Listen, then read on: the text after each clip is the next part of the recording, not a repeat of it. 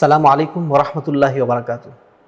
প্রিয় দর্শক শ্রোতা, দেশ ও প্রবাস থেকে যে যেখান থেকে আমাদেরকে দেখছেন, আপনাদের সকলকে স্বাগত জানাচ্ছি আত্মাহারিক টিভির নিয়মিত আয়োজন তাসজিদে মিল্লাতে।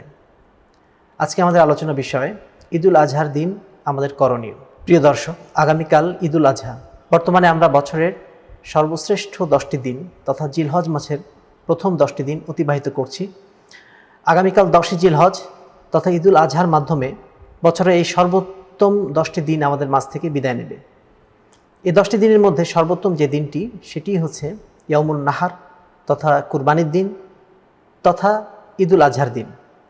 রাসূলুল্লাহ সাল্লাল্লাহু আলাইহি ওয়াসাল্লাম বলছেন, আদামুল আইয়াম ইনদাল্লাহি ইয়াউমুন নাহার।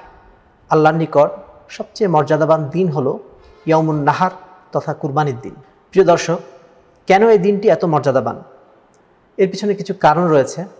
যেমন এই দিনটি হলো বড় হজের দিন। রাসূল সাল্লাল্লাহু আলাইহি ওয়াসাল্লামের ভাষায় হাদা ইয়াউমুল হজ আল আকবর, অর্থাৎ এই দিনটি হলো বড় হজের দিন। এই দিনে হাজী সাহেবগণ একই দিনে অনেকগুলো কাজ করেন, যেমন মুজদালিফায় অবস্থান করা, জামরাতুল আকাবাতে গিয়ে শয়তানের উদ্দেশ্যে পাথর নিক্ষেপ করা, তারপর মাথা মুন্ডন করা, কুরবানি করা এবং সর্বশেষে তাওয়াফুল ইফাদা করা। এই সবগুলো কাজ শেষ করে তারা এই দিনে হজের মূল কার্যক্রম শেষ করেন। অন্যদিকে যারা আমরা হজ করিনি বা হজে যাইনি, তারা জিলহজ মাসের শ্রেষ্ঠ 10 দিনের ইবাদত বন্দেগী শেষ করে সর্বশেষ কর্ম হিসাবে আল্লাহর নৈকট্য অর্জন করার জন্য তারা কুরবানি করেন এই দিনে। আর এই জন্যই এই দিনটিকে রাসূলুল্লাহ সাল্লাল্লাহু আলাইহি ওয়াসাল্লাম বছরের সর্বশ্রেষ্ঠ দিন হিসাবে অভিহিত করেছেন। এছাড়া বছরে মুসলমানদের জন্য যে দুটি ঈদ উৎসব রয়েছে, সেই দুটি ঈদের মধ্যে ঈদুল আজহা ঈদুল ফিতরের চেয়ে অধিক উত্তম। তার কারণ এতে শারীরিক ইবাদত হিসাবে যেমন সালাত রয়েছে, ঠিক একই সাথে আর্থিক ইবাদত হিসাবে কুরবানিও রয়েছে। আল্লাহ রাব্বুল আলামিন এই দুটি ইবাদতকে একসাথে পবিত্র কোরআনের সবচেয়ে ছোট সূরা আল কাউসারে বলেছেন, ফসল্লি লিরাব্বিকা ওয়ানহার। অতএব হে মুহাম্মদ, আপনি আপনার প্রভুর উদ্দেশ্যে সালাত আদায় করুন এবং কুরবানি করুন। আবার কুরবানির ঈদ হজের সাথে খুবই সাদৃশ্যপূর্ণ, কেননা এই ঈদ পালনের মাধ্যমে হাজিদের সাথে যেন একাত্মতা ঘোষণা করা হয়।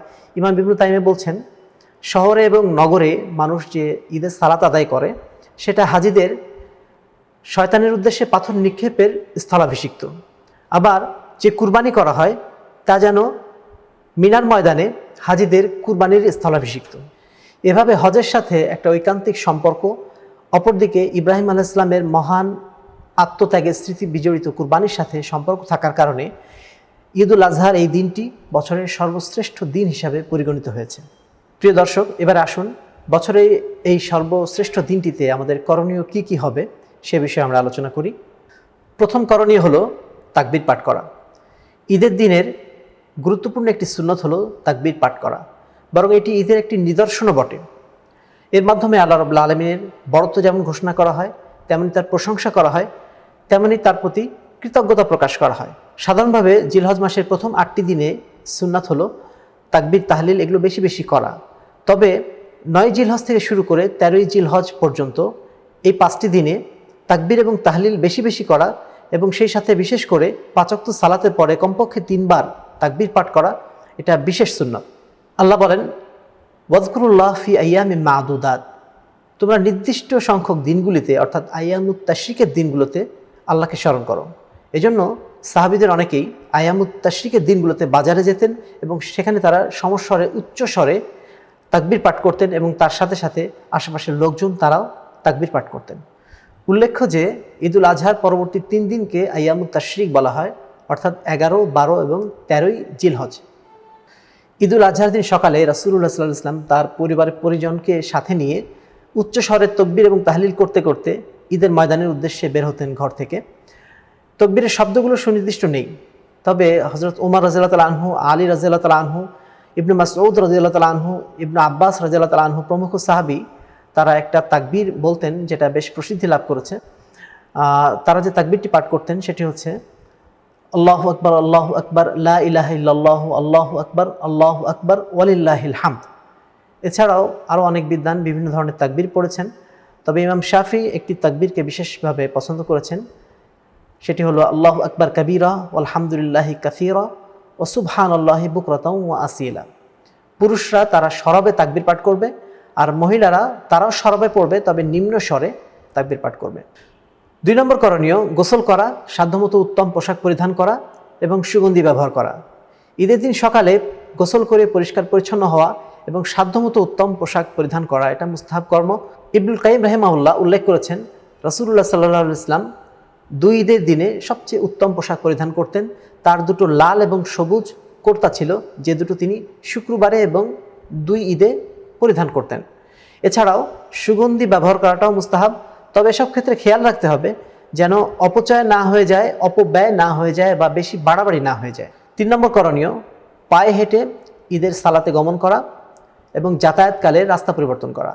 একান্ত যদি কোনো সমস্যা আমাদের না থাকে তাহলে ঈদের জামাতে পায়ে হেঁটে যাওয়াটাই সুন্নাত। ইবনু ওমর রাদিয়াল্লাহু তাআলা আনহু বলছেন, কানা রাসূলুল্লাহ সাল্লাল্লাহু আলাইহি সাল্লাম ইয়াখরুজু ইলা ঈদি মাশিয়ান ওয়া ইয়ারজিউ মাশিয়ান। রাসূল সাল্লাল্লাহু আলাইহি সাল্লাম ঈদের ময়দানে হেঁটে যেতেন এবং হেঁটে ফিরে আসতেন। ইবনু মাজাহ হাদিস নম্বর 351, সনদ হাসান। একই সাথে রাসূল সাল্লাল্লাহু আলাইহি সাল্লাম যাওয়ার সময় যে পথে যেতেন, আসার সময় ভিন্ন পথে আসতেন। জাবের রাদিয়াল্লাহু তাআলা আনহু থেকে বর্ণিত, তিনি বলছেন, কানা নবী সাল্লাল্লাহু আলাইহি ওয়াসাল্লাম ইযা কানা ইয়াউমু ঈদিন খালাফাত তারিকা। অর্থাৎ রাসূল সাল্লাল্লাহু আলাইহি ওয়াসাল্লাম ঈদের দিন তার যাওয়া এবং আসার পথটি পৃথক করতেন। সহিহ বুখারীর হাদিস 986 নম্বর।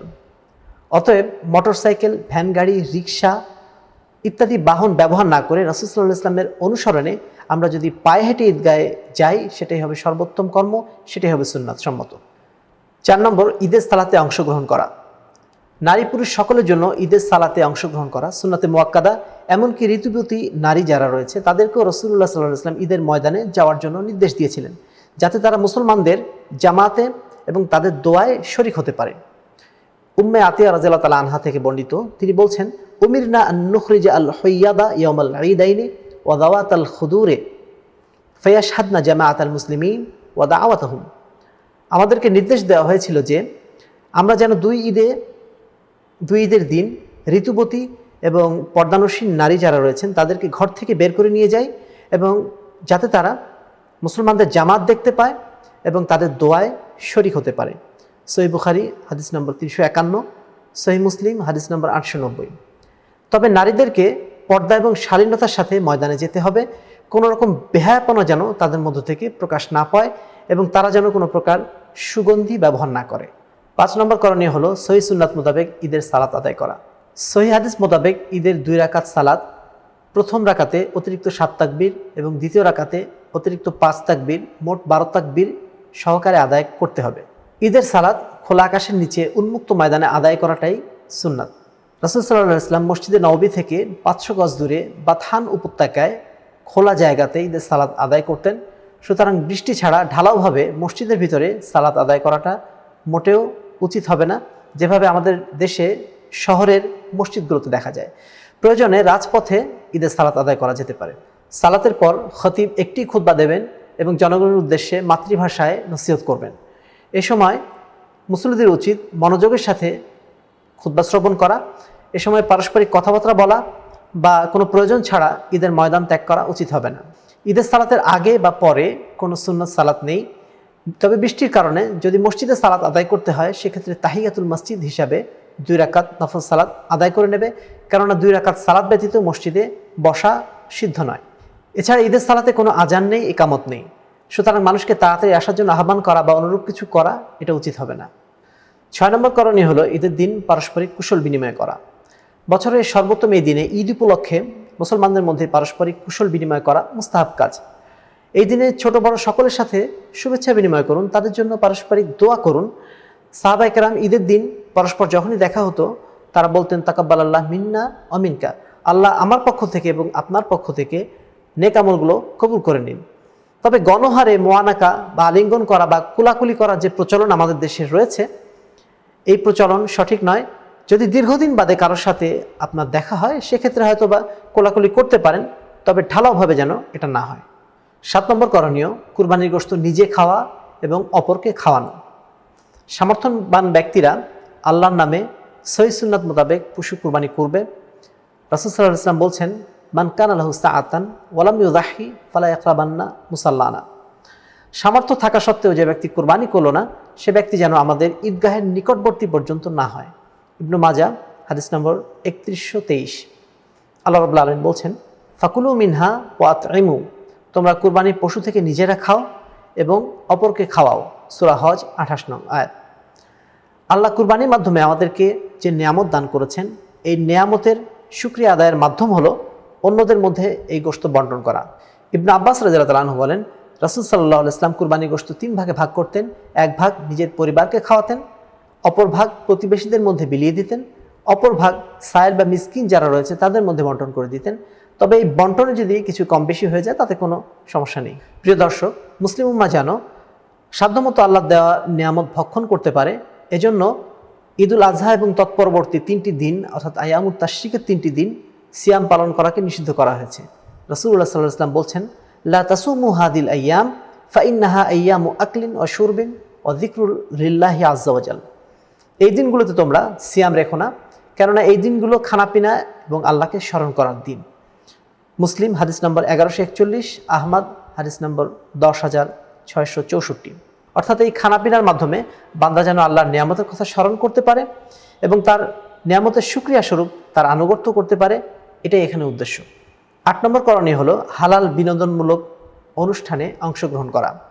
ঈদ উপলক্ষে যে কোনো হালাল বিনোদনমূলক অনুষ্ঠানে অংশগ্রহণ করা বা যে কোনো সাংস্কৃতিক অনুষ্ঠানে অংশগ্রহণ করা এটা জায়েজ। বুখারীর হাদিসে এসেছে, একবার ঈদের দিন সুদানিরা বর্ষা এবং ঢালের খেলা খেলছিল। তখন রাসূল সাল্লাল্লাহু আলাইহি ওয়াসাল্লাম আয়েশা রাদিয়াল্লাহু তাআলা আনহাকে ডেকে জিজ্ঞাসা করলেন, তুমি কি তাদের খেলা দেখতে চাও? আয়েশা রাদিয়াল্লাহু তাআলা আনহা বললেন, হ্যাঁ। অতঃপর তিনি আয়েশা রাদিয়াল্লাহু তাআলা আনহাকে নিজের পিছনে এমনভাবে দাঁড় করালেন যেন আয়েশা রাদিয়াল্লাহু তাআলা আনহা তার গালে গাল লাগিয়ে তাদের খেলা উপভোগ করতে পারেন। অতঃপর দীর্ঘক্ষণ খেলা দেখতে দেখতে আয়েশা রাদিয়াল্লাহু তাআলা আনহা যখন ক্লান্ত হয়ে গেলেন, তখন তিনি তাকে বললেন, তুমি চলে যাও। সহিহ বুখারী হাদিস নম্বর 950। সুতরাং এই দিনগুলোতে বাচ্চাদেরকে খেলাধুলার জন্য বাইরে নিয়ে যেতে হবে, পিতামাতা আত্মীয় স্বজনের সাথে সাধ্যমতো সাক্ষাৎ করার চেষ্টা করতে হবে। এছাড়া পারিবারিক মিলন মেলা, ঈদ পুনর্মিলনী বা অনুরূপ কোনো অনুষ্ঠানে আত্মীয় স্বজন এবং বন্ধু বান্ধবকে সাথে ডেকে নিয়ে সাক্ষাতের একটা ব্যবস্থা যদি করতে পারি আমরা, সেটা খুবই ভালো হয়, যাতে এর মাধ্যমে আনন্দঘন পরিবেশে পারস্পরিক হৃদ্যতার বন্ধন তৈরি হয় এবং পারস্পরিক ভালোবাসা এবং মহব্বতের বন্ধন সুদৃঢ় হয়। কিন্তু বিনোদনের নামে টিভি সিনেমায় বাজে চরিত্র বিধ্বংসী অনুষ্ঠান দেখা, গান বাজনা করা, পটকাবাজি করা, নারী পুরুষের অবাধ মেলামেশা করা, এগুলো সম্পূর্ণভাবে নিষিদ্ধ এবং বিজাতীয় সংস্কৃতির অনুকরণ। এছাড়া আজকাল শুরু হয়েছে ছোট ছোট পিকআপ এবং ভ্যানে করে একদল তরুণ এবং যুবক তারা গান বাজনার তালে তালে অশালীন অঙ্গভঙ্গি এবং দৃষ্টিকটু নাচানাচি করছে। এগুলো থেকে সচেতন মুসলিম হিসাবে আমাদের প্রত্যেককে বিরত থাকতে হবে। সেই সাথে যারা পিতামাতা রয়েছেন, অভিভাবক রয়েছেন, তাদের উচিত হবে তাদের উঠতি বয়সী সন্তানদেরকে এই ধরনের অপকর্ম থেকে যেন তারা বিরত রাখেন। পরিশেষে বলবো, ঈদুল আজহার এই কুরবানি এবং ঈদের এই আনন্দ মূলত শিরক থেকে মুক্তির আনন্দ, এক আল্লাহর কাছে নিঃশর্তভাবে আত্মসমর্পণের আনন্দ। এই আনন্দ যেন কখনোই নিছক গোশত খাওয়ার অনুষ্ঠান সর্বস্ব না হয়ে যায়। এই আনন্দ যেন অন্যায় এবং অশ্লীলতার মাঝে ডুবে না যায়, এ বিষয়ে আমাদেরকে সতর্ক থাকতে হবে। নতুবা এর দ্বারা তাকওয়াও অর্জিত হবে না, কুরবানির মূল উদ্দেশ্যও হাসিল হবে না এবং সর্বোপরি আল্লাহ রাব্বুল আলামিনের সন্তুষ্টিও অর্জিত হবে না। অতএব ঈদের এই আনন্দ আয়োজনের পুরোটা মুহূর্ত যেন আমরা আল্লাহর আনুগত্যে কাটাতে পারি এবং এর মাধ্যমে ইব্রাহিম আলাইহিস সালাম আমাদেরকে যে আত্মত্যাগের শিক্ষা দিয়েছিলেন, সেই শিক্ষা, সেই চেতনা আমরা যেন আমাদের বক্ষে ধারণ করতে পারি। আল্লাহ রাব্বুল আলামিন আমাদের সকলকেই সেই তৌফিক দান করুন। প্রিয় দর্শক, আজ এখানেই শেষ করছি।